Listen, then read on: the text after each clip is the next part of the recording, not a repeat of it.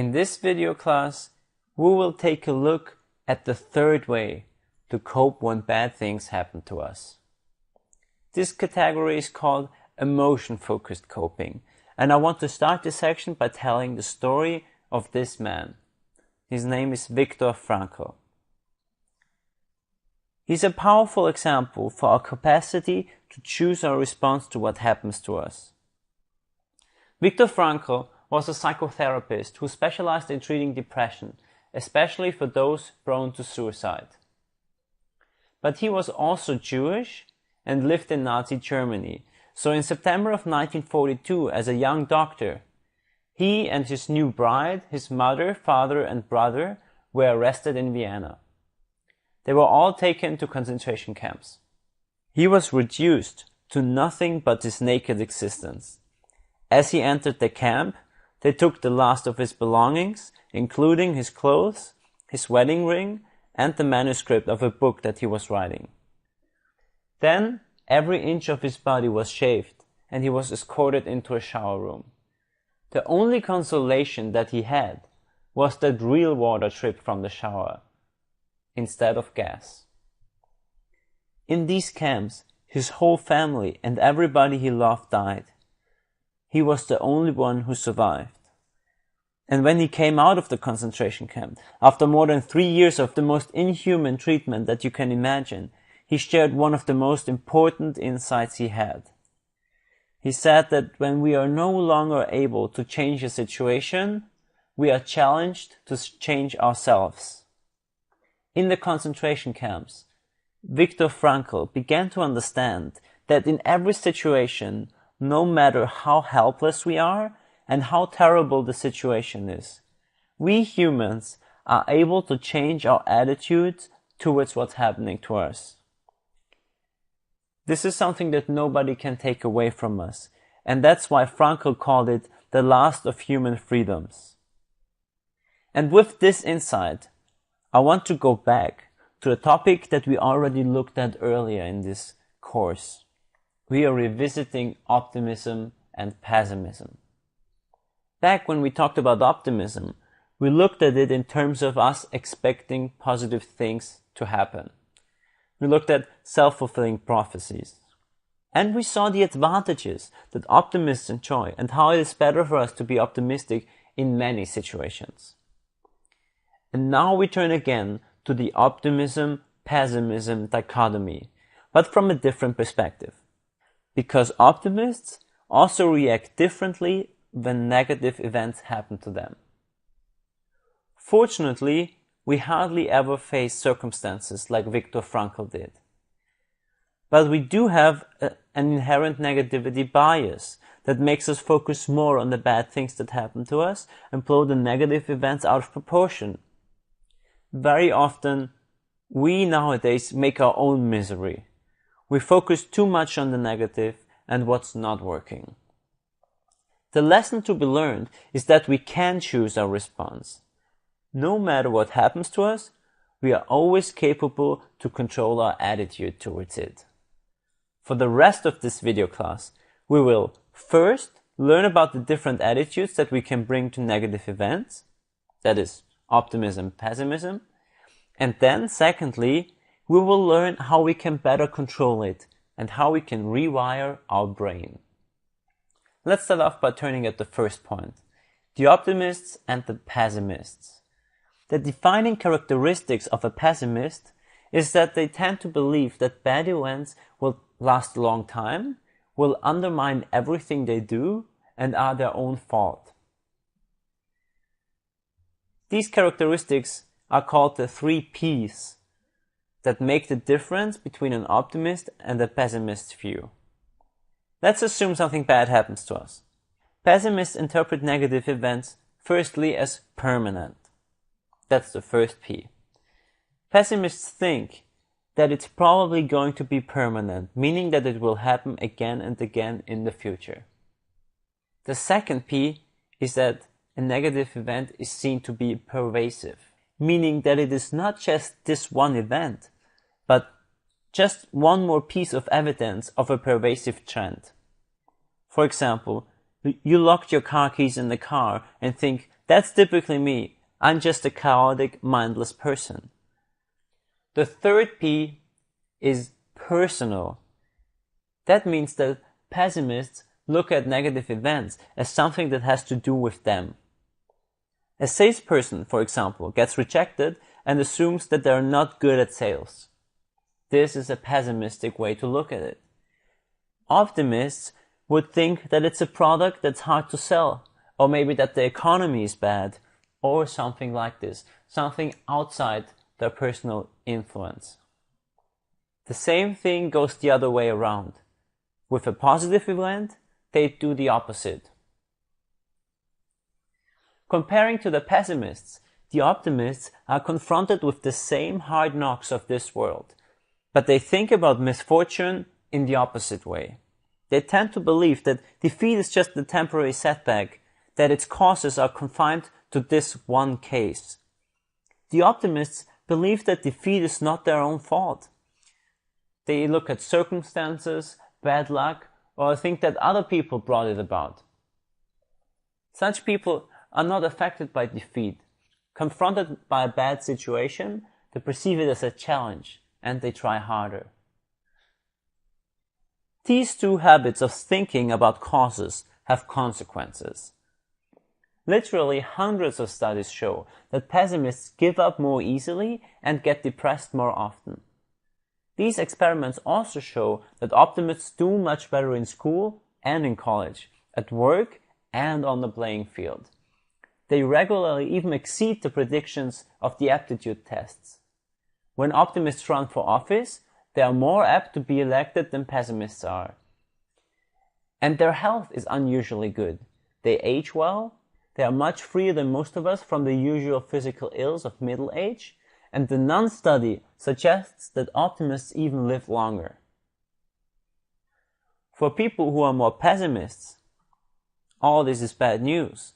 But the good news is that optimism can be learned. Even optimists can benefit from learning how to change, because almost all optimists have periods of at least mild pessimism, so it can help us anyway. In the resources, you can find a link to a test if you are more optimist or more pessimist. Usually, we are not simply one or the other. For most of us, it depends on the situation we are in. We tend to act differently in different areas of our lives, and that holds also true when it comes to optimism. In order to understand how we can learn to interpret events more optimistically, we will look at the so-called ABC model. The psychologist Albert Ellis created the ABC model to help us understand and control our reactions to adversity. ABC stands for adversity, belief, and consequence. Here is how it works. Ellis observed that rather than the adversity itself, it is our belief about the cause of adversity that actually triggers our feeling response and our behavior. That is, adversity leads to belief, which leads to consequences. It is not what happens to us that causes our reactions. Rather, it is what we think about what happens to us that determines our response. Let's look at an example. We face an adversity. Let's say someone shouts at us. Then you form a belief about this event. This person must be angry at me. This person doesn't like me, or this person wants to harm me somehow. And then, as a result of this belief, we react in a certain way. In this example, we might feel afraid. But as we saw with Viktor Frankl, we are not slaves. It can be learned. Frankl says that between the stimulus and the response, there is a space. In that space is our power to choose our response. And in our response lies our growth and our freedom. This last of human freedoms that Frankl talked about. We might not have the control of an adversity, but we always have the control over our beliefs.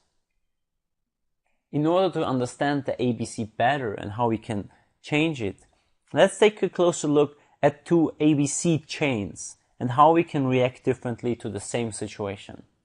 Here, the situation is my partner or my child or like a good friend of us, whoever, hasn't returned my phone calls. This is the adversity.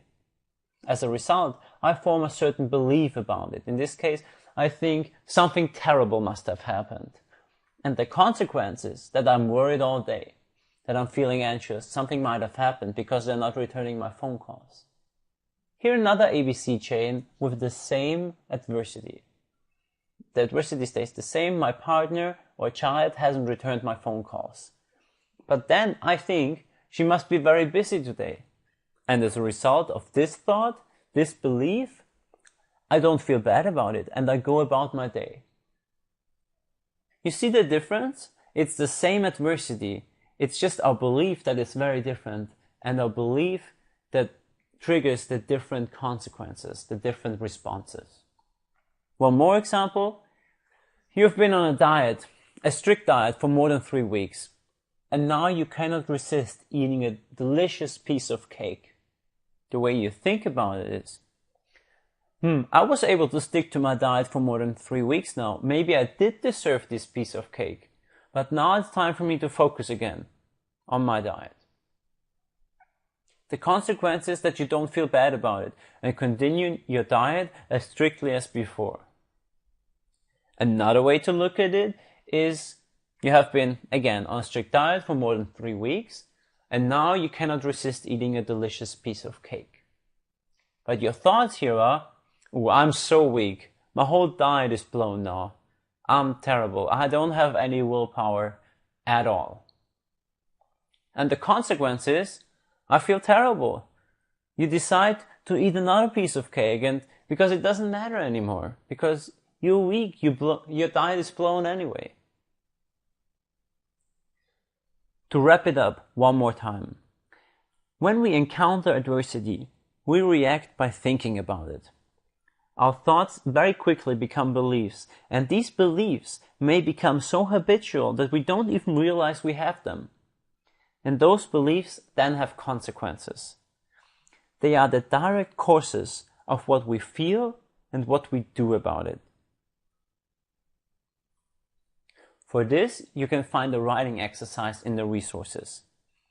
And you can also find an ABC reflection sheet that looks something like this. Use it to record 6 ABC sequences from your life over the next few days. You will find clear instructions, as always, in the additional materials. Once you have identified a few ABC sequences, we are then able to start changing our beliefs. And there are 2 options to deal with these beliefs: distraction and disputation. The first option is distraction. Try distracting yourself when you start creating negative beliefs. There are several ways for us to do this. A famous, quite effective strategy is to stand up and shout, "Stop." This might be weird if you're among other people, but it has been shown to be very effective. One, a little bit more quiet option, is having a small card in your pocket that says "Stop" on it, and you just pull it out and look at it. And yet another option is wearing a rubber band around your wrist and snapping it hard to make your thoughts stop. This last version has also been shown to be very effective because it combines it with a physical stimulus. Once you stop ruminating then, you need to shift your attention somewhere else. Focus intently on something else for around a minute or 2 maybe. This can be a song maybe that's coming to your head, or anything else basically that's not your negative belief in the first place. My favorite option is to write those troubling thoughts down in the moment they come to my mind. Then set a time every day, let's say 9 p.m. for 10 minutes, to think about what you wrote during this day. This strategy will enable you to let go of the negative thoughts in the very moment, because after all, you will be able to revisit them later anyway. The second option then is disputation. Disputing negative thought patterns is more effective in the long run because it prevents negative thoughts to come back. The way you do this is by asking yourself, well, what are the facts?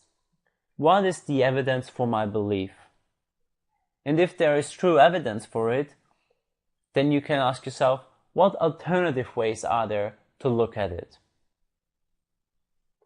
And even if your beliefs are correct, you can ask yourself, what does this imply?